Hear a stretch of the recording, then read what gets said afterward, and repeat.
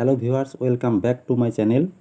আজকের ক্লাসে আমরা শিখতে যাচ্ছি how to make negative sentences in English.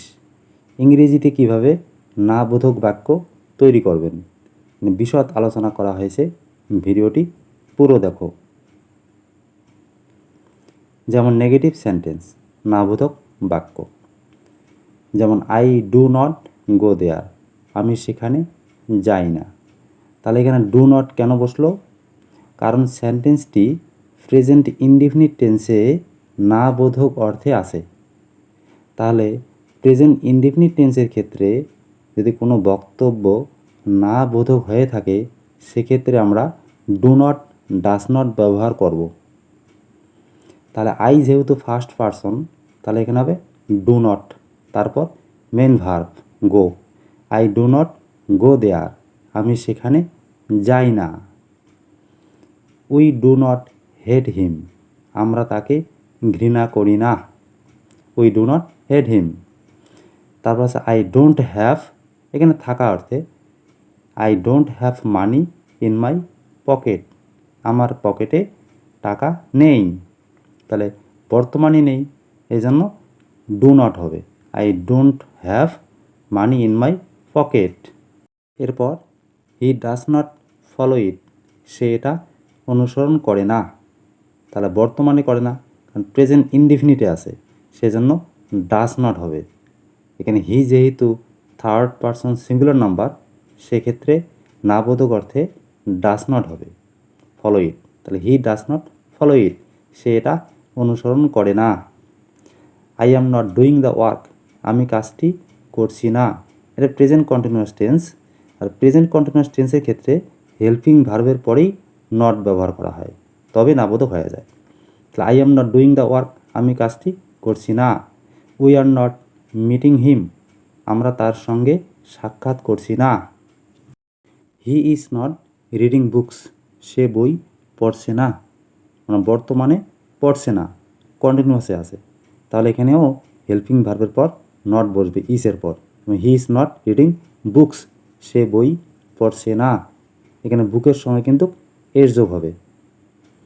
Negative সেন্টেন্সে আবার আই অ্যাম নট টায়ার্ড, আমি ক্লান্ত নই। তাহলে অ্যামের পর হেল্পিং ভার্ব, তারপর not. I am not tired, আমি ক্লান্ত নই। They are not deprived of education, তারা শিক্ষার থেকে বঞ্চিত নয়। They are not deprived of education. He is not ill, সে অসুস্থ নয়।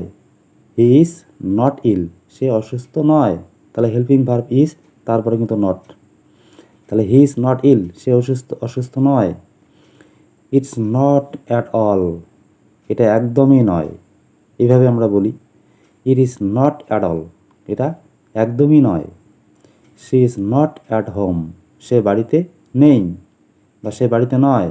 She is not at home, সে বাড়িতে নেই। We are not aware of it, আমরা এটাতে অবগত নই।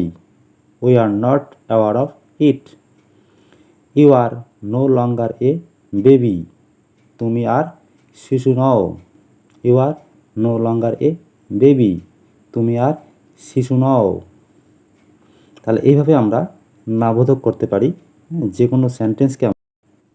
যেমন আবারও আসি, I have not eaten rice, আমি ভাত খাইনি।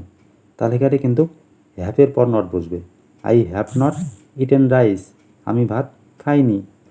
We have not taken it, আমরা এটা নেইনি। We have not taken it. She has not sung this song, সে এই গানটি গায়নি। সে এই গানটি গায়নি। তাহলে হ্যাসের পর নট, তাহলে হ্যাভ নট, হ্যাজ নট, এভাবে হয়। I did not forget her, আমি তাকে ভুলে যাইনি। এটা কিন্তু পাস্ট ইনডিফিনিট টেন্সের বক্তব্য, সেই জন্য কিন্তু নাবোধক করতে ডিড নট ব্যবহার করা হয়েছে এখানে। এটা বুঝতে হবে, পাস্ট টেন্সে যদি কোনো নাবোধকের বক্তব্য হয়, তাহলে সেখানে কিন্তু ডিড নট হবে পাস্ট ইনডিফিনিট টেন্সের ক্ষেত্রে। I did not forget her, আমি তাকে ভুলে যাইনি। তাহলে he did not help the man, সে লোকটিকে সাহায্য করেনি, তাহলে ডিড নট না বোধক অর্থে এখানে ডিড নট হবে। এটাও কিন্তু পাস্ট ইনডিফিনিট টেন্সে না বোধক অর্থে। They did not ask him the question, তারা তাকে প্রশ্নটি জিজ্ঞাসা করেনি, তাহলে they did not ask him the question.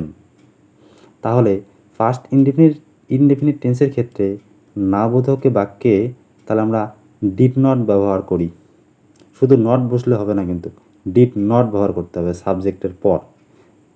তাহলে আই ডিড নট, এখানে he did not, they did not.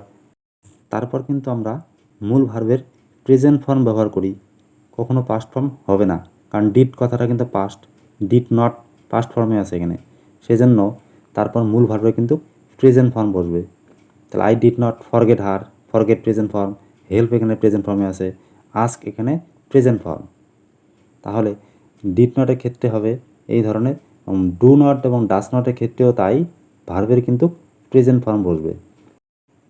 এরপর যেমন I will not go there, আমি সেখানে যাব না, তাহলে ফিউচার টেন্সে আমরা উইল শ্যাল ব্যবহার করি, তারপরে নট বসবে। I will not go there, আমি সেখানে যাব না। They will not talk to me, তারা আমার সঙ্গে কথা বলবে না, তাহলে উইলের পর not, they will not talk to me. She will not be able to solve the problem, সে সমস্যাটির সমাধান করতে সক্ষম হবে না, তাহলে she will not be able to solve the problem. I can not do it, আমি এটা করতে পারি না। You should not do it, তোমার এটা করা উচিত নয়, you should not do it, তাহলে শুডের পর not. It should not be done, এটা করা উচিত নয়, এটা পেসিভে আছে, পেসিভ ভয়েসে আছে এই সেন্টেন্সটি। It should not be done, এটা করা উচিত নয়। তাহলে আমরা কি বুঝলাম এখানে? মডেল ভার্বের পর নট বসে। উইল, ক্যান, শুড এগুলো হলো modal verb. Can, could, may, might, shall, should, will, would এগুলো মডেল ভার্ব। এই মডেল ভার্বগুলোর পর সরাসরি নট বসিয়ে নেগেটিভ সেন্টেন্স বা না বোধক বাক্য তৈরি করা হয়। আশা করি বন্ধুরা তাহলে নেগেটিভ সেন্টেন্স তৈরি করার যে বেসিক যে নিয়ম সেটা তোমরা বুঝতে পেরেছো। ভিডিওটি ভালো লাগলে লাইক, শেয়ার, কমেন্ট এবং চ্যানেলে নতুন হলে চ্যানেলটি সাবস্ক্রাইব করুন। Thanks for watching.